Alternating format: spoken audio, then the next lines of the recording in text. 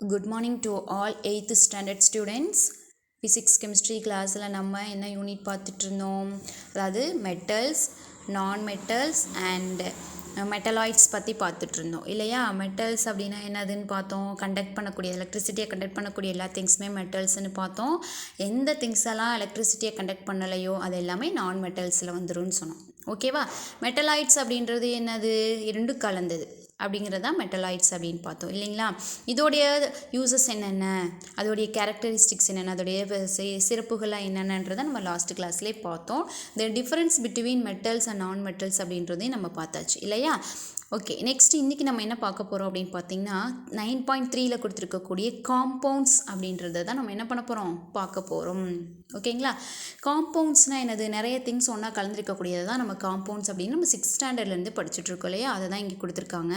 A compound is a pure substance which is formed due to the chemical combination of two or more elements in a fixed ratio by mass. அதாவது compound அப்படின்றது ஒரு pure substance.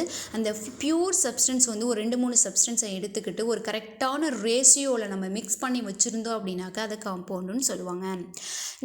The properties of a compound are different from those of its constituents. Water, carbon dioxide, sodium chloride, etc.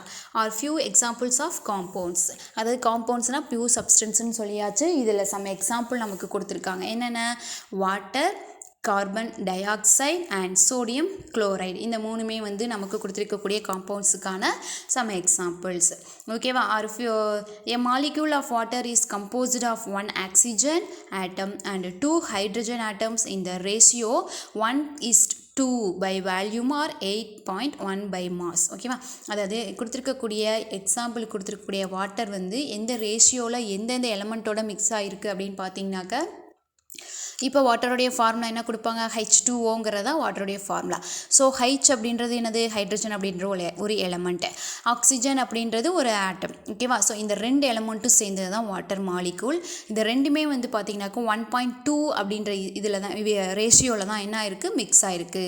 1.2னா என்னது, 1 அப்படின்றது hydrogen. ஓகேவா, H. ஓகேவா. அடுத்தது ஓங்கிறது என்னது, oxygen. அப்போ வந்து ஆக்சிஜன் வந்து எத்தனை இருக்குது, 1 இருக்குது. ஹைட்ரஜன் அப்படின்றது 2 ஆட்டம்ஸ் இருக்குது. அதனால தான் 1:2 அப்படின்ற ரேஷியோவில் மிக்ஸ் ஆகிருக்குன்னு சொல்லியிருக்காங்க. ஓகேவா. Classification of compounds. Classification of காம்பவுண்ட்ஸில் என்ன கொடுத்துருக்காங்க, இன்ஆர்கானிக் காம்பவுண்ட்ஸ், ஆர்கானிக் காம்பவுண்ட்ஸ். இது ரெண்டும் இந்த பேஜஸில் நமக்கு ஓப்பன் ஆகுது பாருங்கள். இப்போ இன்ஆர்கானிக் அப்படின்னு என்னென்னு சொல்லுவாங்க, கனிமம்னு சொல்லுவாங்க. இன்ஆர்கானிக்னா என்னது, கனிமம் அப்படின்னு சொல்லுவாங்க. இந்த காம்பவுண்ட்ஸ் எல்லாமே நமக்கு எங்கேருந்து கிடைக்கிது அப்படின்னு பார்த்தீங்கன்னாக்கா, நான் லிவிங் திங்ஸ்லேருந்து. இன்ஆர்கானிக் காம்பவுண்ட் அப்படின்றது என்னது, நான் லிவிங் திங்ஸ்லேருந்து கிடைக்கக்கூடியது எல்லாமே வந்து இன்ஆர்கானிக் காம்பவுண்ட்ஸோட வரும். பாருங்கள், compounds obtained from non living sources such as rock. ராக்னா என்னது, பாறை. அடுத்தது மினரல்ஸ்னால் தெரியும் இல்லையா, extra are called inorganic compounds. So non living திங்ஸ்லேருந்து நமக்கு கிடைக்கக்கூடிய எல்லா காம்பவுண்ட்ஸுமே இன்ஆர்கானிக் காம்பவுண்ட்ஸ்னு சொல்லுவாங்க. ஃபார் எக்ஸாம்பிள் ராக், மினரல்ஸ்லேருந்து கிடைக்கக்கூடியது. Example chalk, baking powder, extra. இந்த சாக்னா என்னது, நம்ம யூஸ் பண்ணக்கூடிய சாக் பீஸு, பேக்கிங் பவுடர், இது எல்லாமே வந்து என்ன தான் நமக்கு கொடுத்துருக்கக்கூடியது இன்ஆர்கானிக் காம்பவுண்ட்ஸ். ஓகேவா. நெக்ஸ்ட் ஆர்கானிக் காம்பவுண்ட்ஸ்னால் என்ன கொடுத்துருக்காங்க, compounds obtained from living sources such as plants, animals, etcetera are called organic compounds. உயிருள்ள பொருள்கள்லேருந்து கிடைக்கக்கூடியது எல்லாமே organic compounds. Example protein, carbohydrates, etcetera. இப்போ புரோட்டீன், கார்போஹைட்ரேட்ஸ்லாம் நமக்கு எதுலேருந்து கிடைக்கிது, நம்ம நிறைய மீல்ஸ் சாப்பிட்றோம் இல்லையா, நான்வெஜ் எல்லாம் சாப்பிட்றோம், அதுலேருந்து ப்ரோட்டீன்ஸ் கிடைக்கிது இல்லையா, அது எல்லாமே வந்து organic compounds. Both inorganic and organic compounds exist in all 3 states. இந்த இன்ஆர்கானிக்காக இருந்தாலும் சரி, ஆர்கானிக் காம்பவுண்ட்ஸ் இருந்தாலும் சரி, அது எல்லாமே 3 ஸ்டேட்ஸில் வந்து ப்ரெசென்ட்டாக இருக்கும். Solids, liquids and gases. Let us learn about some important compounds in solid, liquids and gases states. இப்போ டேப்லெட் கால 9.7 கொடுத்துருக்கிறது என்னது, எந்தெந்த திங்ஸ் வந்து சாலிட் ஸ்டேட்டில் இருக்குது, என்னென்ன காம்பவுண்ட்ஸ் வந்து சாலிட் ஸ்டேட்டில் இருக்குதுன்னு கொடுத்துருக்காங்க. இப்போ பாருங்கள் காம்பவுண்ட்ஸ் சிலிக்கா, அதாவது சிலிக்காங்கிறது என்னது சாண்டு, நம்ம மணல் யூஸ் பண்ணுறோம் இல்லையா, அந்த மணலோடைய கெமிக்கல் நேம் தான் சிலிக்கா அப்படின்னு சொல்லுவாங்க. இதோடைய எலமெண்ட்ஸ் என்னென்ன, சிலிக்கான் இருக்குது, ஆக்சிஜன் இருக்குன்னு கொடுத்துருக்கு. அதே போல் தான் potassium hydroxide, sodium hydroxide, copper sulphate, zinc carbonate இது எல்லாமே கொடுத்துருக்காங்க. ஓகேவா. நெக்ஸ்ட்டு எந்த காம்பவுண்ட் வந்து லிக்விட் ஸ்டேட்டில் இருக்குது, வாட்டர். ஃபஸ்ட்டு ஒன் என்ன கொடுத்துருக்காங்க, வாட்டர். இதில் ஹைட்ரஜன் ஆக்சிஜன் இருக்குது அப்படின்னு மிஸ் வந்து முன்னாடியே சொன்னேன் இல்லையா. அடுத்தது என்னது, hydrochloric acid, nitric acid, sulphuric acid, acetic acid இது எல்லாமே வந்து லிக்விட் ஸ்டேட்டில் இருக்கக்கூடிய காம்பவுண்ட்ஸ். ஓகேங்களா. நெக்ஸ்ட் என்ன பண்ணுறாங்க, காம்பவுண்ட்ஸ் இன் கேஸஸ் ஸ்டேட். என்னென்ன கேஸஸ் வந்து என்னென்ன காம்பவுண்ட்ஸ் வந்து கேஸஸ் ஸ்டேட்டில் இருக்குது, carbon di oxide, carbon monoxide, sulphur di oxide, methane, nitrogen di oxide, ammonia இது எல்லாமே வந்து கேஸஸ் ஸ்டேட்டில் இருக்கக்கூடிய காம்பவுண்ட்ஸ். ஓகேங்களா.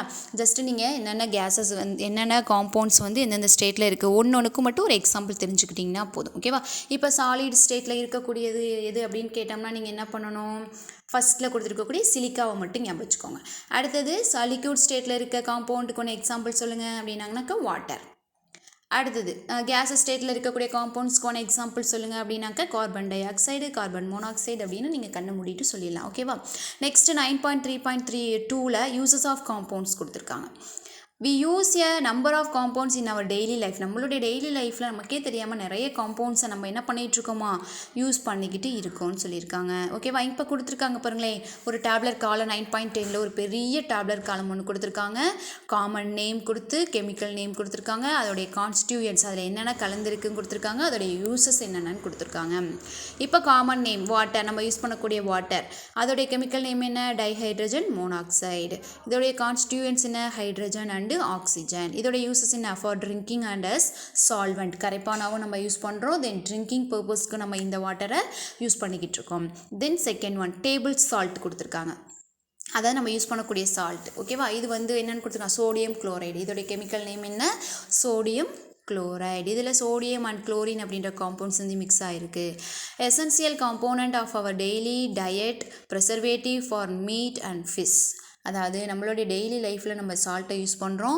அது இல்லாமல் இந்த மீட், அதாவது நம்ம நான்வெஜ்லாம் சமைக்கிறோம் இல்லையா, அதுக்கெல்லாம் ஒரு ப்ரிசர்வேட்டிவாக நம்ம என்ன பண்ணுறோம், இந்த சால்ட்டை யூஸ் பண்ணுறோம். ஃபார் எக்ஸாம்பிள் நம்ம ஊருக்கெல்லாம் வீட்டில் ப்ரிப்பேர் பண்ணி வைக்கும் பொழுது நிறைய ஆயிலும் சால்ட்டும் போட்டால் தான் வீணாக போகாமல் இருக்குன்னு சொல்லிட்டு சொல்லுவாங்க இல்லையா, அதுக்காக தான் இந்த ப்ரிசர்வேட்டிவாக இந்த சால்ட்டை நம்ம என்ன பண்ணுறோம், யூஸ் பண்ணுறோம்.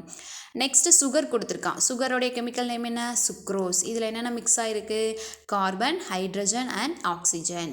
ஓகேங்களா. இதோட யூசஸ் என்ன, preparation of sweets, toffees and fruit juices. நிறைய ஸ்வீட் ப்ரிப்பேர் பண்ணுறதுக்கும் மிட்டாய்கள்லாம் ப்ரிப்பேர் பண்ணுறதுக்கு, ஃப்ரூட் ஜூஸஸ் எல்லாம் மேக் பண்ணுறதுக்காக இந்த சுகரை நம்ம என்ன பண்ணுறோம், யூஸ் பண்ணுறோம். இதே போல் தான் பேக்கிங் சோடா கொடுத்துருக்காங்க. பேக்கிங் சோடாவோடைய கெமிக்கல் நேம் என்ன, சோடியம் பைகார்பனேட். இதில் மிக்ஸ் ஆகிருக்கக்கூடியது sodium, hydrogen, carbon and oxygen. இதோடைய யூசஸ் என்ன, fire extinguisher, preparation of baking powder and preparation of cakes and bread. நம்ம வீட்டில் யூஸ் பண்ணக்கூடிய சோடா மாவு இருக்குது இல்லையா, இட்லிக்கு ப்ரிப்பேர் பண்ணக்கூடிய சோடா மாவு, இதை தான் பேக்கிங் சோடா அப்படின்னு சொல்லுவாங்க. இது நம்ம பிரெட்டு, கேக்கிலலாம் நம்ம என்ன பண்ணுறோம், யூஸ் பண்ணுறோன்னு சொல்கிறாங்க. அடுத்தது இது வந்து ஒரு ஃபயர் எக்ஸ்டிங்கைசராக யூஸ் பண்ணுறோன்னு சொல்கிறாங்க. ஃபயர் எக்ஸ்டிங்கைசர்னால் என்னது, தீயெல்லாம் அணைக்கிறதுக்காக நம்ம யூஸ் பண்ணுறோன்னு சொல்கிறாங்க. நெக்ஸ்ட்டு வாஷிங் சோடா கொடுத்துருக்காங்க. நம்ம யூஸ் பண்ணக்கூடிய ட்ரெஸ் எல்லாம் துவைக்கிறதுக்காக யூஸ் பண்ணக்கூடிய வாஷிங் சோடா, சோடியம் கார்பனேட். இதோடைய கெமிக்கல் நேம் என்ன, sodium carbonate. Sodium, carbon and oxygen எல்லாமே இதோடைய மிக்சஸ். ஓகேவா. As cleaning agent in soap and softening of hard water. நம்ம இது என்ன பண்ணுறோம், துணி துவைக்கிறதுக்காக நம்ம என்ன பண்ணுறோன்னு சொல்லியிருக்காங்க, யூஸ் பண்ணுறாங்கன்னு சொல்லியிருக்காங்க. ஓகேவா. நெக்ஸ்ட் என்ன கொடுத்துருக்காங்க, quick lime. Quick lime, calcium oxide. Quick லைம்னு என்னது, நம்ம சுண்ணாம்புலாம் யூஸ் பண்ணுறோம் இல்லையா, அதுதான் வந்து குயிக் லைம்னு சொல்லுவாங்க. இதோடைய கெமிக்கல் நேம் வந்து கால்சியம் ஆக்சைடு. இதில் என்னென்ன மிக்சஸ் இருக்குது, கால்சியம் இருக்குது, ஆக்சிஜன் இருக்குது. ஓகேவா. இதோடைய யூசஸ் என்ன, manufacture of cement and glass. அதாவது கிளாஸ், சிமெண்ட் ப்ரிப்பேர் பண்ணுறதுக்கும் கிளாஸ் ப்ரிப்பேர் பண்ணுறதுக்கும் இந்த குயிக் லைம் என்ன பண்ணுறாங்களாம், யூஸ் பண்ணுறாங்கன்னு சொல்லியிருக்காங்க. ஓகேவா. அடுத்து ஸ்லாக்டு லைம். ஸ்லாக்டு லைமோட கெமிக்கல் நேம் என்ன, கால்சியம் ஹைட்ராக்சைடு. இதில் கால்சியம், ஆக்சிஜன் அண்ட் ஹைட்ரஜன் எல்லாமே இருக்குது. இது ஒயிட் வாஷிங் ஆஃப் வால்ஸ், செவுத்துக்கு சுண்ணாம்படிக்கிறதுக்காக தான் இந்த ஸ்லாக்டு லைமை நம்ம என்ன பண்ணுறோம், யூஸ் பண்ணுறோம். தென் ஃபைனலாக லைம் ஸ்டோன் கொடுத்துருக்காங்க. கால்சியம் கார்பனேட் அப்படின்றது இந்த லைம் ஸ்டோனுடைய கெமிக்கல் நேம். இதில் calcium, helium carbon and oxygen எல்லாமே மிக்ஸ் ஆகிருக்கு. இதை எதுக்கு நம்ம யூஸ் பண்ணுறோம்? ப்ரிப்பரேஷன் ஆஃப் சாக் பீசஸ் எல்லாம் ப்ரிப்பேர் பண்ணுறதுக்காக தான் இந்த லைம் ஸ்டோனை நம்ம என்ன பண்ணிகிட்ருக்கோம், யூஸ் பண்ணிகிட்ருக்கோம். டியர் 8th ஸ்டாண்டர்ட், இதோடு நமக்கு இந்த 9th யூனிட் வந்து கம்ப்ளீட் ஆகிடுச்சு. ஸோ நெக்ஸ்ட் கிளாஸில் இந்த யூனிட்டுக்கு உண்டான எவால்யூஷன்ஸ் உங்களுக்கு வீடியோவாக அப்லோட் பண்ணுறேன். இன்றைக்கி நீங்கள் என்ன பண்ணணும், ஜஸ்ட்டு காம்பவுண்ட்ஸ்னால் என்ன, நான் சொன்ன மாதிரி ஒவ்வொரு ஸ்டேட்டுக்கும் ஜஸ்ட் ஒரே ஒரு எக்ஸாம்பிள்ஸை மட்டும் நீங்கள் நல்லா தெரிஞ்சு வச்சுக்கோங்க. தென் யூசஸ் ஆஃப் இந்த காம்பவுண்ட்ஸ் அப்படின்னு இந்த பெரிய டேப்லெட் காலை மட்டும் அழகாக போட்டு ஹோம்ஒர்க்காக எழுதி என்னோட நம்பருக்கு சென்ட் பண்ணுங்கள். ஓகேவா? Thank you to all.